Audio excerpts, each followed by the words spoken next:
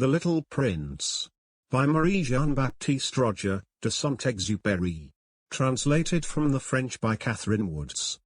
Chapter 1. Once when I was 6 years old, I saw a magnificent picture in a book called True Stories from Nature, about the primeval forest.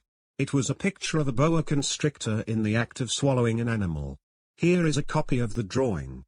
In the book it said, "Boa constrictors swallow their prey whole, without chewing it. After that they are not able to move. And they sleep through the 6 months that they need for digestion." I pondered deeply, then, over the adventures of the jungle.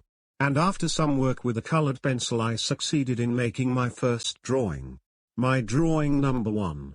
It looked something like this. I showed my masterpiece to the grown-ups, and asked them whether the drawing frightened them. But they answered, "Frightened?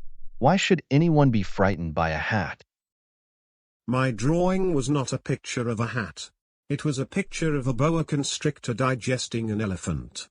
But since the grown-ups were not able to understand it, I made another drawing. I drew the inside of a boa constrictor, so that the grown-ups could see it clearly. They always need to have things explained. My drawing number 2 looked like this. The grown-ups' response, this time, was to advise me to lay aside my drawings of boa constrictors, whether from the inside or the outside, and devote myself instead to geography, history, arithmetic, and grammar. That is why, at the age of 6, I gave up what might have been a magnificent career as a painter. I had been disheartened by the failure of my drawing number 1 and my drawing number 2.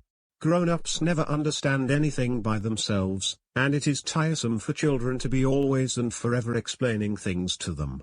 So then I chose another profession, and learned to pilot airplanes. I have flown a little over all parts of the world, and it is true that geography has been very useful to me.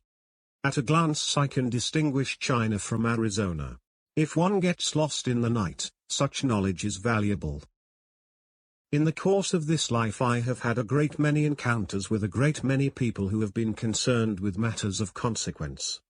I have lived a great deal among grown-ups. I have seen them intimately, close at hand. And that hasn't much improved my opinion of them. Whenever I met one of them who seemed to me at all clear-sighted, I tried the experiment of showing him my drawing number 1, which I have always kept. I would try to find out, if this was a person of true understanding.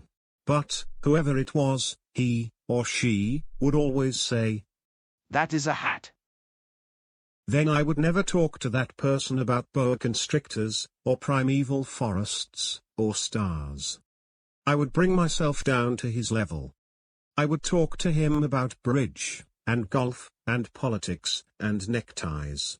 And the grown-up would be greatly pleased to have met such a sensible man.